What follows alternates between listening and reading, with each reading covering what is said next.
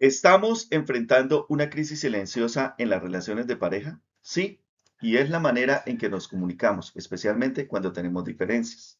Bienvenidos a Felizmente, y quiero hacerte una invitación a partir de este momento, a que visites este canal y a que observes, escuches las charlas que voy a estar publicando sobre diversos contextos relacionados a las parejas, a la crianza, a la economía, al trabajo, al estudio, a esos contextos que son parte del día a día de nuestras vidas, pero que muchas veces pasamos por alto, cometiendo errores que entorpecen nuestros resultados y al final del día podemos decir, no quiero sentir esto, no quiero vivir esto, ¿por qué tengo este resultado? Y de esta manera podemos identificar a partir de este momento que hacemos lo mejor que podemos con lo que sabemos. Así que continuamos con este tema. ¿Y por qué decimos que estamos enfrentando una crisis silenciosa en las relaciones de pareja? Porque aprendemos a comunicarnos desde la experiencia que tenemos, las creencias que hemos vivido de nuestra infancia. Y cuando convivimos con otra persona o tomamos la decisión de compartir nuestra vida, estamos también juntando dos maneras muy diferentes de ver la vida. Y lo que origina el conflicto no nace en las situaciones difíciles que podemos experimentar, sino que nace en la interpretación emocional de lo que sucede. Déjame ponerte un ejemplo cotidiano para que podamos identificar esto. Tu pareja no te respondió un mensaje durante todo el día. Cuando llega a casa, tú ya estás serio, distante, incómodo. No fue el mensaje, fue el pensamiento que apareció. No soy importante, no le intereso tanto. Siempre soy yo quien busca. Y en casos extremos aparece el juicio, la duda, la desconfianza hacia el otro. Es decir, que no discutimos por el mensaje que no tuvo una respuesta, sino discutimos por lo que ese silencio o nuestra interpretación activó dentro de nosotros. ¿Y qué nos reúne hoy aquí? Bueno, comprender que los conflictos nos llevan a construir relaciones más saludables. ¿Cómo afirmamos esto? Identificando que cada persona tiene una manera muy diferente de ver las situaciones, los hechos e interpretar las ideas. Es decir, que cada persona puede tener un punto muy diferente sobre la misma situación. Y esto, cuando genera un conflicto, pues nos pone a, digamos que dentro de la pareja, a observar al otro, a identificar el otro cómo percibe las cosas, cómo le gustan hacer las cosas, qué puedo yo aportarle al otro para que el otro se sienta cómodo y tranquilo viviendo una experiencia de pareja. Lo mismo que la otra persona también recibe esa invitación a, hey, conóceme, identifícame, mira, yo veo la vida de esta manera. Y cuando eso sucede, entonces podemos identificar que cada diferencia nos va a llevar a un pequeño conflicto y ese pequeño conflicto nos va a dar una oportunidad, una invitación a reconocer en el otro las diferencias y a establecer unos puntos de acuerdo. Pero esto es lo que muchas veces pasamos por alto y terminamos imponiendo el punto de vista o la percepción o la experiencia del uno sobre el otro, y ahí es donde el conflicto ya no aporta a construir relaciones saludables, sino por el contrario a mantener un ciclo de conflictos. ¿Qué vamos a ver en el desarrollo de esta clase, de esta charla? Bueno, vamos a abordar por qué las parejas no se desgastan únicamente por falta de amor. Cómo los miedos, las heridas y las expectativas influyen en los conflictos. Herramientas prácticas para mejorar la comunicación y cómo construir relaciones basadas en la conciencia emocional. Las parejas no discuten por lo que ocurre, discuten por lo que eso activa emocionalmente. ¿Y qué es una activación emocional? Es algo que está dentro de nosotros y que ante una situación que nos confronta o que nos hace identificar una diferencia con la cual digamos que no estamos de acuerdo, empezamos como a sentir ciertas cosas que terminan manifestándose dentro del conflicto, dentro de la conversación con la otra persona. Y estas emociones, si no son bien gestionadas, terminan tomando el control de esa discusión y escalando de manera progresiva cuando se quiere tener la razón o imponer su punto de vista ante el otro. Podemos identificar que detrás de muchos conflictos encontramos miedos no reconocidos, expectativas no habladas, heridas no sanadas y comunicación mal gestionada. Y esto trasciende a la pareja y se convierte en el principal modelo de aprendizaje emocional de los hijos. Lo que quiere decir que el trabajo personal no beneficia solo a la pareja, sino también a toda la familia. Los 4 miedos que más impactan la pareja. El miedo a no ser suficiente, el miedo a no ser amado, el miedo a ser abandonado, el miedo a perder el control. Cuando uno de estos miedos se manifiesta dentro de la pareja, en una situación de discusión por una idea, por un hecho, por una situación, por la interpretación de algo que está generando un conflicto, porque ya son puntos de vista diferentes, entonces puede aparecer la defensa, disminuye la escucha hacia lo que el otro está diciendo y aumenta el conflicto. ¿Esto qué quiere decir? Que en lo más profundo, toda reacción exagerada tiene un miedo detrás. Y podemos abordar unos ejemplos como cuando alguien se pone controlador, aparece ese miedo, se está manifestando ese miedo a ser abandonado. Cuando alguien se vuelve frío después de una discusión, puede ser que esté manifestándose el miedo al perder el control y prefiera tener distancia de la otra persona. Cuando alguien explota por algo pequeño, puede ser que aparece ese miedo a no ser visto, a no ser reconocido, y entonces pues sube ese tono dentro del conflicto. Cuando uno de esos miedos se activa, la emoción termina tomando el control dentro de esa discusión y en ese momento no se quiere comprender, se quieren defender, no se quiere escuchar, se quiere tener razón y no se quiere conectar, se quieren proteger. Comunicación que conecta o destruye. Entre ellas podemos identificar la suposición, el silencio acumulado y la explosión tardía. ¿Qué sucede? Y es importante que acá nos empecemos a ser conscientes sobre esto. La mayoría de las parejas no terminan por infidelidad, no terminan por falta de amor, terminan por acumulación emocional no expresada. Ante un conflicto, ante una diferencia, cuando uno de los dos gana, realmente no está ganando, porque se está perdiendo la conexión. Y ahí, en esa falta de conexión, es donde uno de los dos o los dos pueden quedar con acumulación emocional que no le aporta la construcción de la relación, sino que por el contrario es un malestar que, bueno, yo me lo guardo, ¿sí? Y podemos identificar la suposición con este ejemplo o con una frase como esta. Si me ama, debería saber que eso me molesta. Es suposición pura. ¿Por qué? Porque si me ama, debería saber. Resulta que para que el otro sepa, debemos decirle qué es lo que nos gusta y lo que no nos gusta. ¿Qué esperamos del otro ante cierta situación o hecho? O cómo me gustaría que discutiéramos cuando tenemos una diferencia.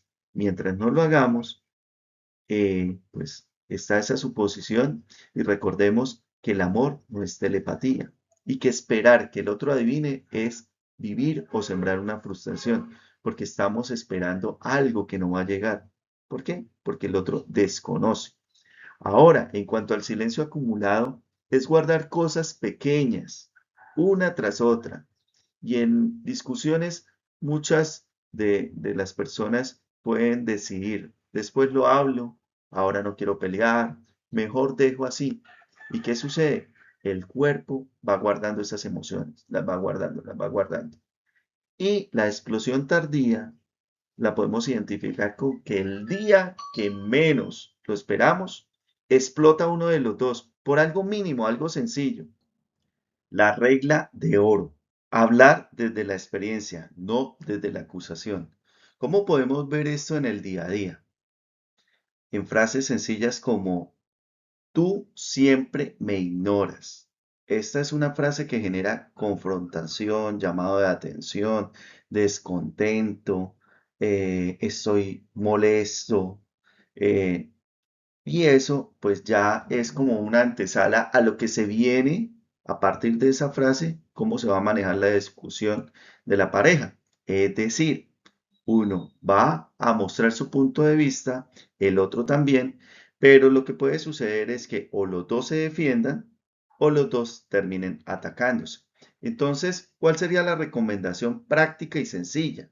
Utilizar una frase que pueda dejar paz en los dos e invitar al otro a hacer una comprensión sobre cómo se está sintiendo la persona que en este momento quiere manifestar lo que está eh, viviendo a través de esa situación o el hecho que se está presentando o se presentó, porque muchas veces estas discusiones se dan luego de que se presentan las situaciones. En este caso sería utilizar una frase como, cuando ocurrió esto, me sentí así, estoy hablando de mí, de cómo me sentí, te estoy contando a ti, hey, mira, así me sentí, no te estoy culpando ni juzgando, sino cómo me podrías tú ayudar para no sentirme de esta manera cuando estoy a tu lado o cuando comparto espacios contigo o cuando estoy en ciertos lugares donde me gustaría que sentirme apoyado o apoyada.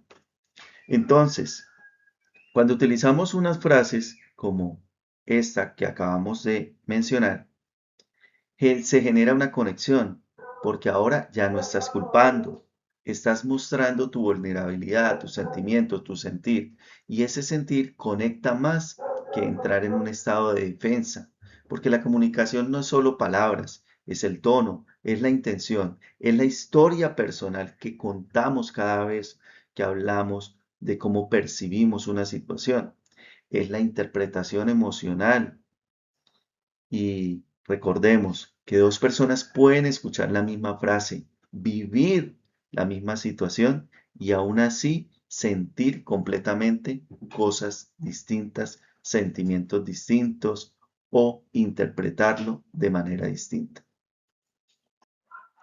El veneno silencioso, las expectativas no habladas. Esperamos que el otro adivine nuestras necesidades y como consecuencia podemos experimentar frustración, resentimiento y distancia emocional. La realidad es que el amor necesita claridad, no telepatía. En una relación no se adivina lo que el otro quiere, se habla, se expresa, se conoce. Y resulta que para comprender esto en situaciones del día a día podemos recurrir a una frase peligrosa que todos hemos pensado alguna vez cuando estamos en relación de pareja. Y es, si me ama, debería saber. Vamos a colocar un ejemplo. Ella espera que él la acompañe a visitar a su mamá, pero no lo pide de manera directa. Podría ser una situación como voy a ir donde mi mamá, llevo tiempo que no la veo, vamos a compartir una comida rica, sería chévere ir,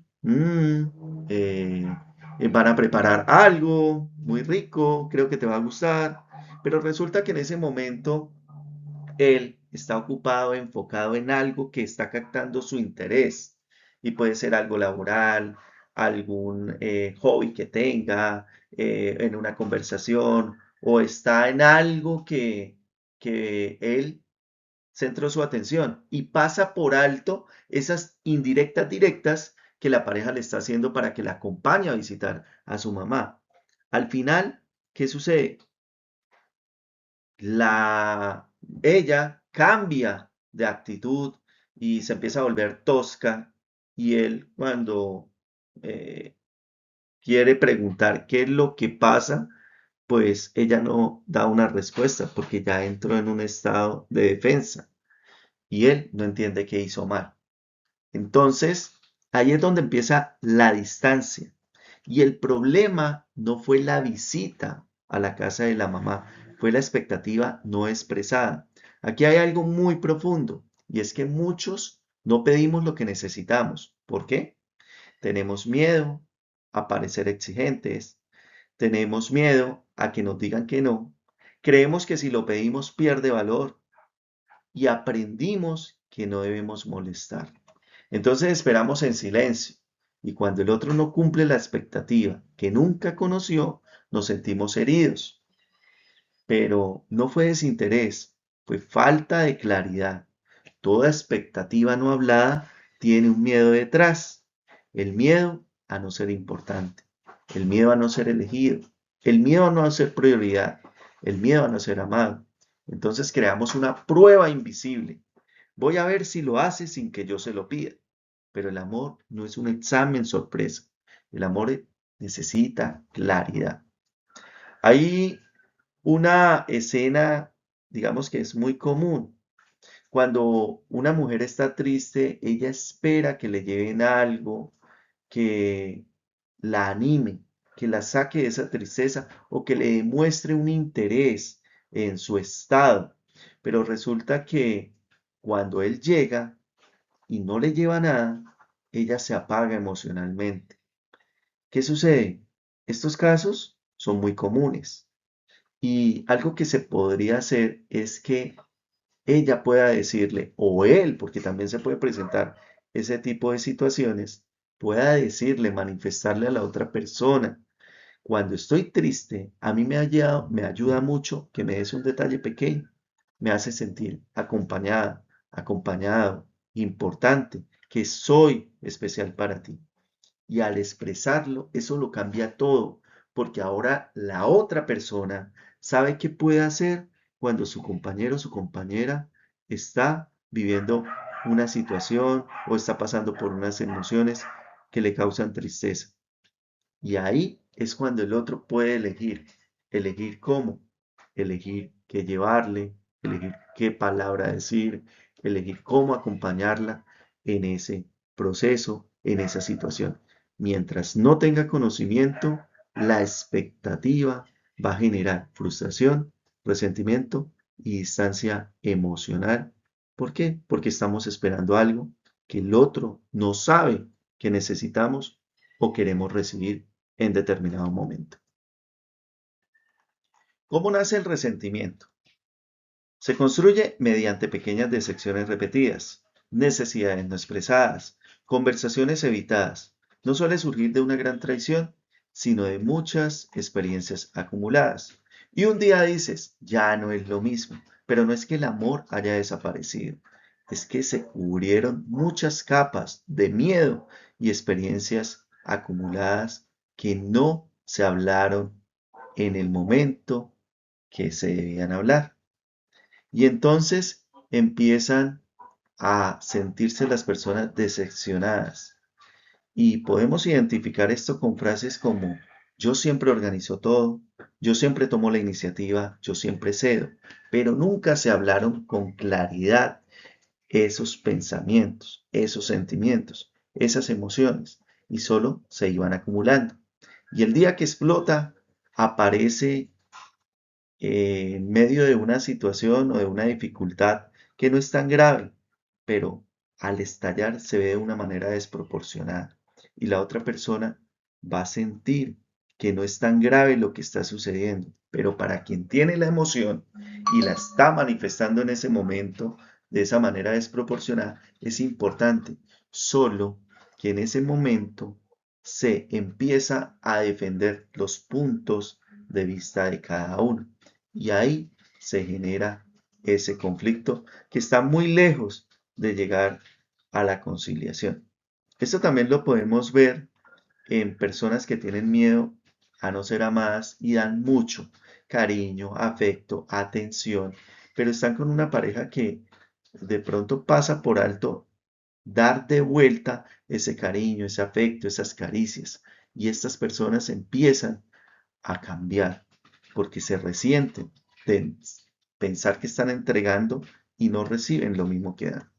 Las personas que tienen miedo a no ser perfectos tienen unos estándares altos y estos estándares se empiezan a convertir en exigencias, en un marco de referencia para que la otra persona se comporte como espera el que se comporte o ella que se comporte. Pero resulta que las personas se comportan de maneras diferentes y esto hace que se pueda generar un conflicto cuando la persona ya decide expresar todo lo que siente de, y reprochando de cierta manera a quien no está cumpliendo sus expectativas o con esos estándares.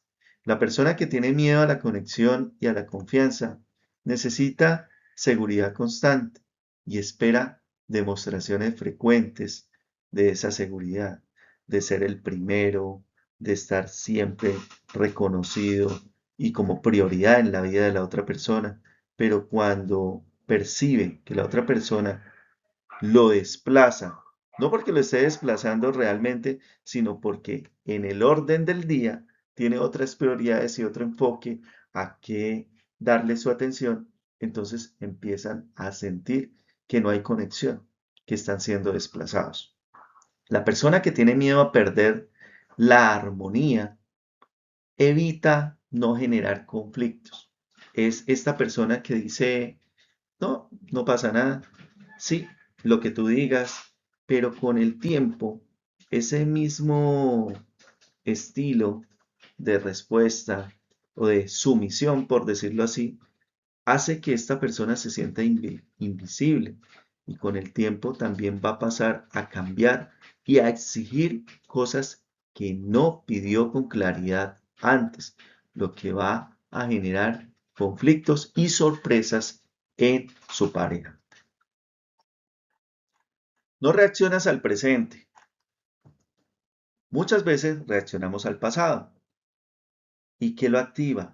Un tono de voz, una crítica o una ausencia.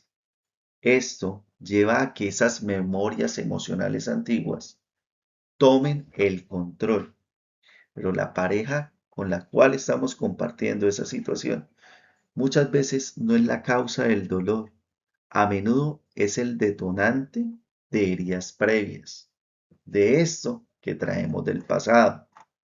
Muchas veces creemos que estamos reaccionando a lo que está pasando en ese momento, pero en realidad estamos reaccionando a lo que pasó hace años y nunca sanamos. Para esto, para comprender esto, imaginémonos esta situación. Tu pareja te levanta un poco la voz, no grita, no te insulta, solo habla más fuerte y tu cuerpo se activa. Sientes que se tensa, tu corazón late más rápido y tu reacción es defenderte.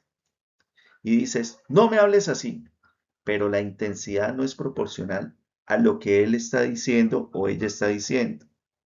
¿Y a qué se debe esto? A que tu sistema nervioso o tus emociones o tus sentimientos o tus experiencias pasadas están respondiendo al adulto que está frente a ti, es decir, a tu pareja, pero con una memoria emocional de algo que te sucedió en el pasado y en ese momento se activa. Ahora, ¿qué es la memoria emocional? Para esto debemos hacernos una pregunta. ¿Cuál fue la primera vez que me sentí así? Es decir, lo que estoy sintiendo por lo que ocurre hoy, ¿es la primera vez que lo siento? ¿O esto ya lo había sentido en el pasado? Cuando nos hacemos esta pregunta, podemos empezar a identificar heridas no sanadas que no han desaparecido, que se escondieron. Y cuando algo se parece a lo que dolió en ese tiempo, pues mi cuerpo reacciona como si lo estuviera viviendo de nuevo otra vez. Y tal vez es porque crecimos en algún ambiente donde nos criticaban constantemente, no nos escuchaban o nos gritaban mucho, o también muy posiblemente invalidaban nuestras emociones. Entonces hoy, cuando tu pareja hace algo que se parece mínimamente a eso, se nos activamos con esa memoria emocional y no reaccionamos a lo que estamos viviendo en este momento presente, sino a lo que en el pasado experimentamos. Y aquí viene algo muy importante. Nuestra pareja no es nuestro papá ni nuestra mamá. No es quien de cierta manera en el pasado generó esa herida. Pero tu cuerpo no distingue eso. Y si no sanas la herida, la relación se convierte en un escenario donde se repite. Y sin darnos cuenta, empezamos a exigir a nuestra pareja que pague por algo que no hizo. Así que la próxima vez que aparezca una discusión intensa, pregúntate, ¿cuándo fue la primera vez que sentí esto? ¿Es hoy por primera vez? ¿O esto ya me ha pasado? ¿Esta es mi reacción a lo que está sucediendo o me estoy defendiendo de una emoción, de un sentimiento que tengo acá guardado y que se acaba de activar con esto que hizo mi pareja o con esto que estoy interpretando de lo que hizo mi pareja. Y así podemos de pronto identificar o recordar una escena de la infancia, un momento de la adolescencia, una relación pasada y que se asocia a lo que estoy sintiendo hoy, pero que no empezó hoy. Y cuando entiendo eso o entendemos, dejamos de atacar y empezamos a identificar lo que debemos sanar. Cuando dos miedos se enamoran. ¿Por qué podemos afirmar que dos miedos se enamoran? Recordemos que cuando se establece una relación de pareja, esta nace por lo bonito, lo mágico, lo bello que cada uno le puede aportar al otro. Pero también internamente, cada persona tiene unas heridas y unos miedos sobre los cuales trabajar. Y el escenario de la relación de pareja va a ser un espacio para que se manifiesten todas estas heridas y todos estos miedos. Porque con el tiempo esa relación de pareja se va a convertir en una zona de confort donde cada uno va a permitirse ser realmente quien es, aportando lo mágico, lo bello, lo bonito, pero también todo aquello que necesitan trabajar internamente. Y ahí podemos identificar que las discusiones suelen ser encuentros entre mecanismos de defensa. ¿Y cuáles podrían ser estos mecanismos de defensa? Los que pueden activar cada una de las personalidades. Es decir, una persona que tiene la necesidad de corregir va a manifestar sus miedos con una persona que tiene la necesidad de evitar el conflicto.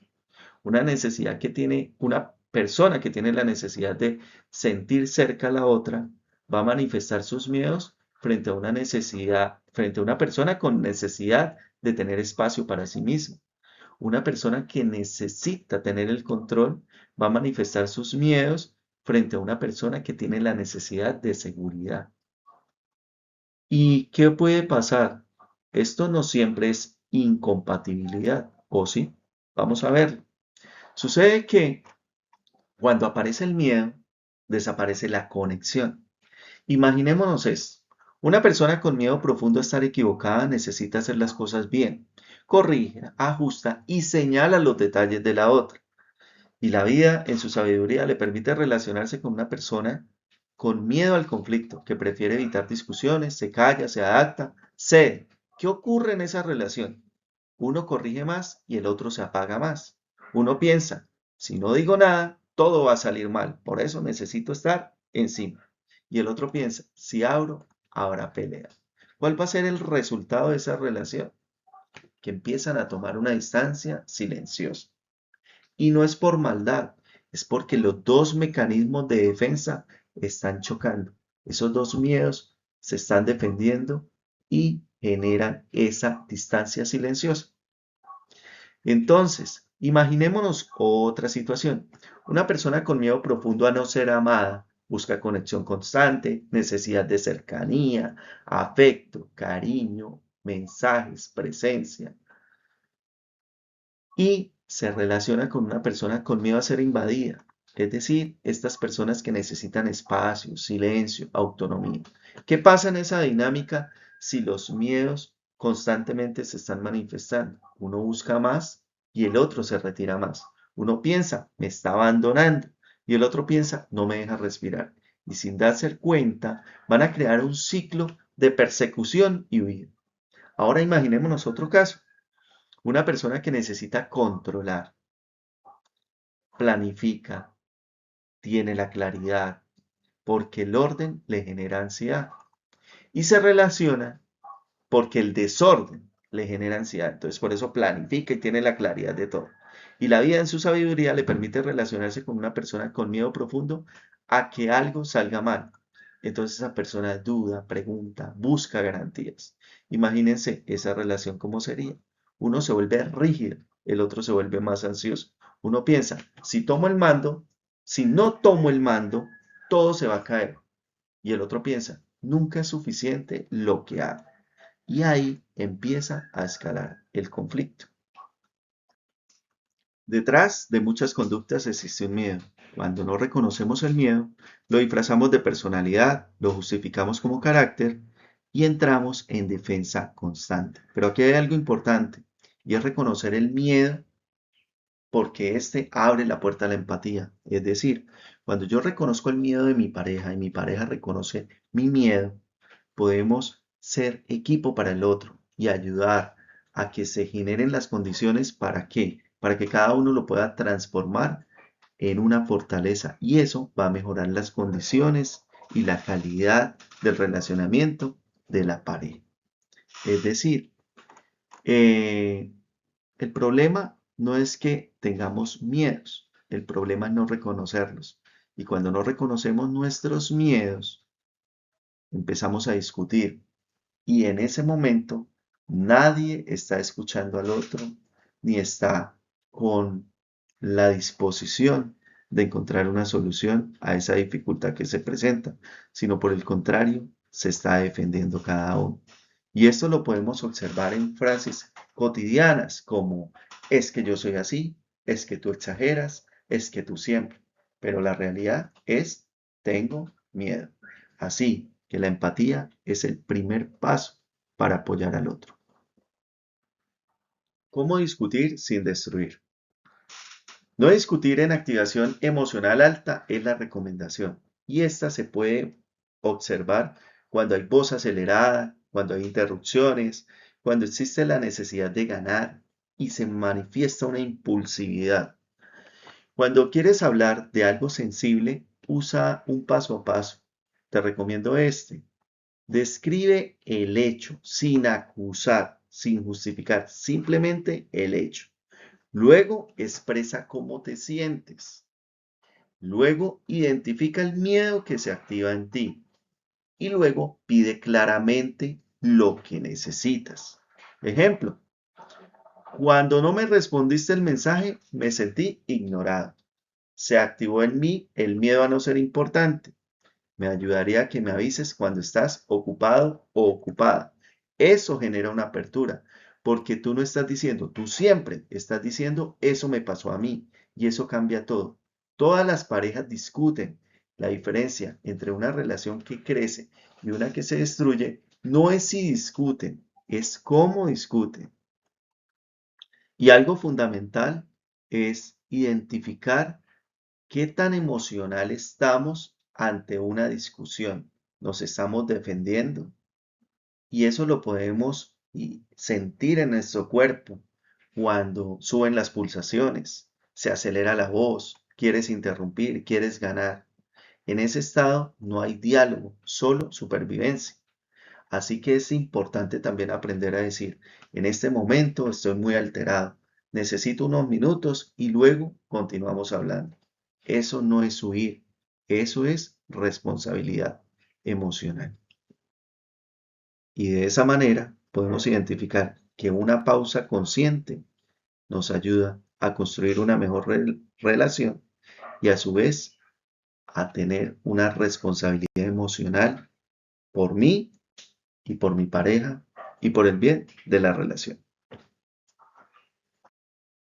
Las 4 frases que dañan la conversación. Tú siempre, tú nunca, eres igual que, ya estoy cansado de. La comunicación consciente no busca tener la razón, busca comprender. No se trata de hablar más, se trata de hablar mejor y sobre todo de escuchar sin preparar una defensa. Cuando dos personas bajan esa armadura, la conexión vuelve. Pero cuando usamos una de estas 4 frases, la persona se siente atacada en su identidad y se defiende. Es por esto que es importante hablar de lo que sentimos y si es necesario usar una frase, es mejor una que hable de lo que sentimos y no para atacar la identidad de la otra persona. Por ejemplo, cuando ocurrió esto, me sentí así. Eso está hablando del hecho, de cómo yo me sentí ante esta situación y no estoy atacando el carácter o la identidad de la otra persona. El método ECAP.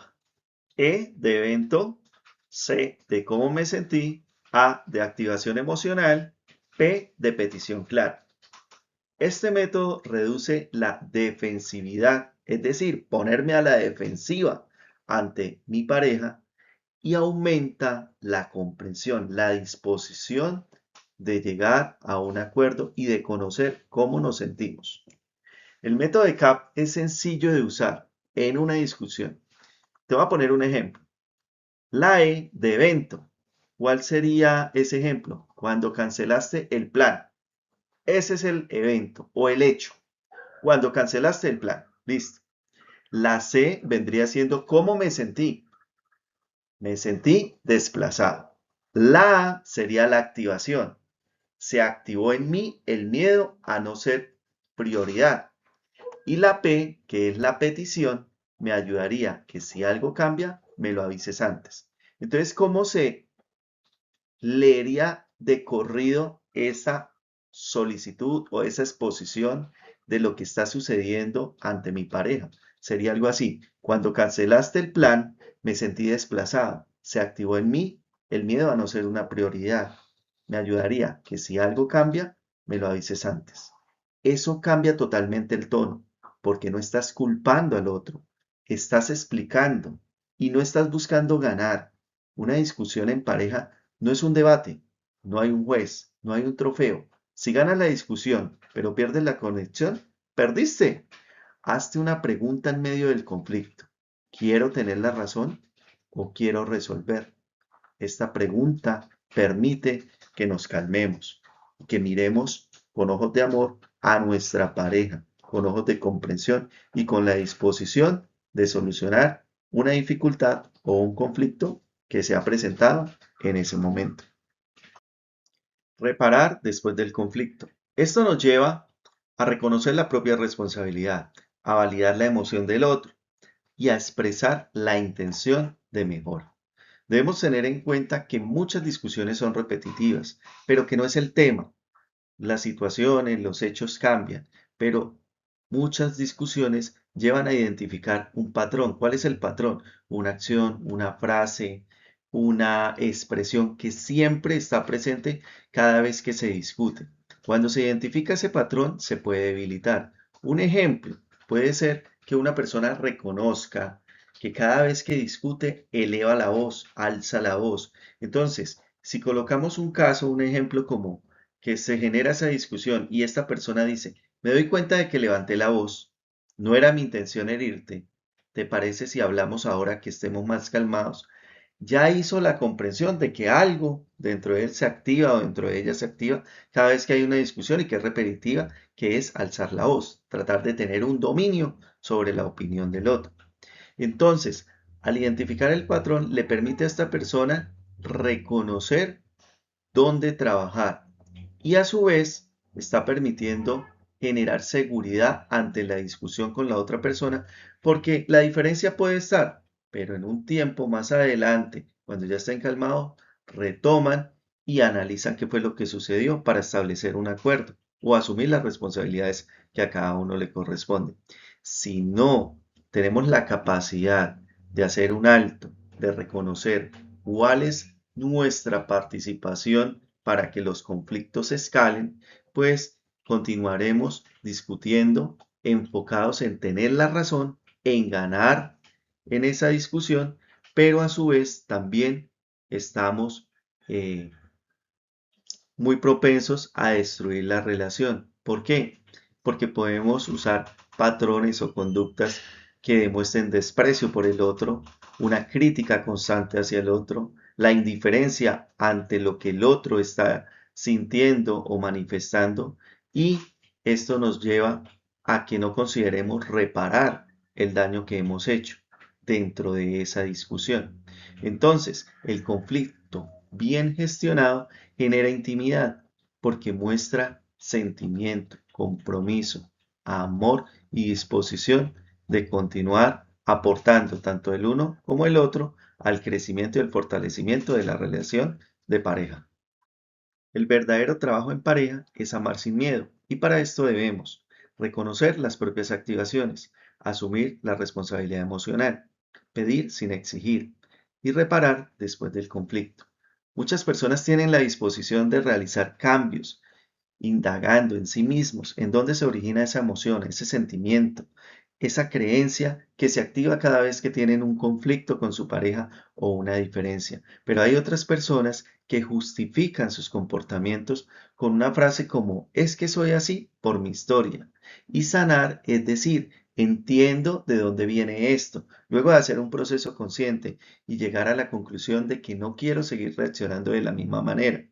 En ese momento, la pareja no puede sanar tu pasado, pero puede acompañarte si te haces consciente, aportándote lo mejor de ella precisamente para que puedas hacer tu proceso interno. Y de esta manera la dinámica cambia, porque ahora ya no se están acusando o no estás acusando al otro. Y también puedes establecer preguntas que pueden llevarte a cuestionar por qué se origina eso y hacia dónde queremos ir. Una pregunta puede ser, ¿qué podemos hacer distinto la próxima vez que tengamos una discusión? No para culpar, sino para aprender.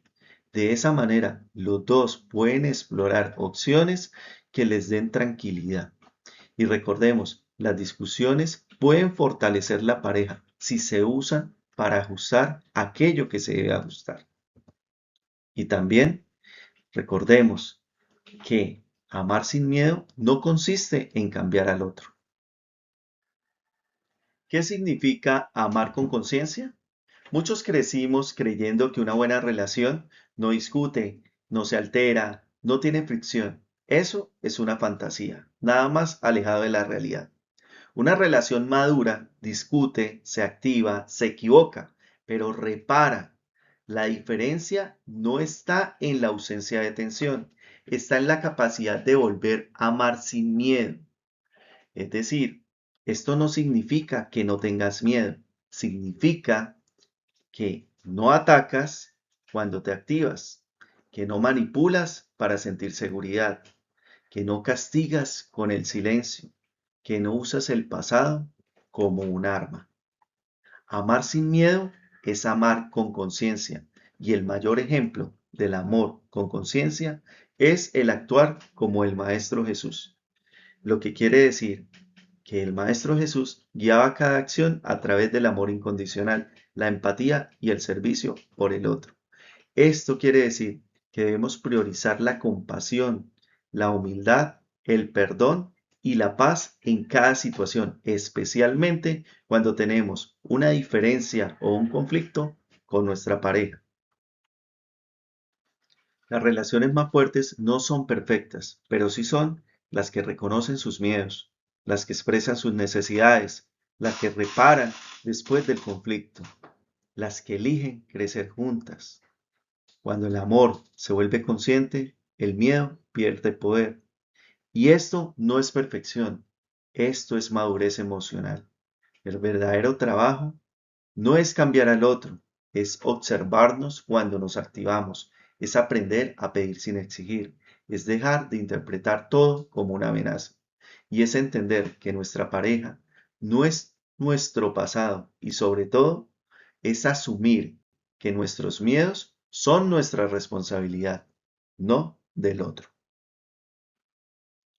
Bueno, hemos llegado al final de esta charla. Espero que haya sido de un gran valor para ti.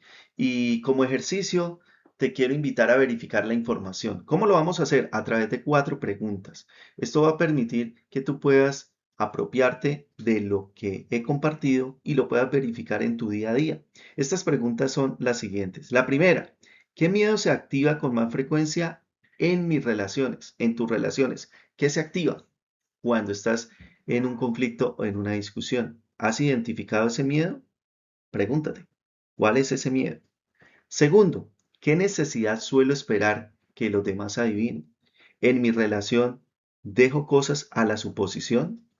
¿O soy muy claro o muy clara cuando espero algo de la otra persona? Se lo digo y esta persona puede tomar la decisión de aportarme o de hacerlo de una manera completamente diferente a la que yo espero, porque recordemos que todas las personas tienen una manera muy diferente de percibir las situaciones, las ideas y la vida. Otra pregunta, ¿cómo reacciono cuando me siento herido? ¿Cómo estoy reaccionando? ¿Alzo la voz? ¿Me aíslo? ¿Uso y recuerdo cualquier error de mi pareja para tener un arma, atacarlo y tomar la delantera? ¿Cómo estoy reaccionando? Y cuarta pregunta, ¿qué conversación necesito tener y aún estoy evitando? Hay una conversación que debo tener con mi pareja, pero siento que la evito porque no quiero generar un conflicto, o porque no sé cómo vaya a reaccionar, o porque no sé cómo me vaya a expresar. ¿Cuál es esa conversación? ¿Por qué la evitas? Bueno, hemos llegado al final de esta charla y quiero decirte algo. No eres perfecto y tu pareja tampoco. Muchas parejas no se separan por la falta de amor. Se separan porque no aprendieron a gestionar el miedo. Pero cuando dos personas deciden crecer, la relación se convierte en un espacio de evolución, no en un campo de batalla. Muchas gracias.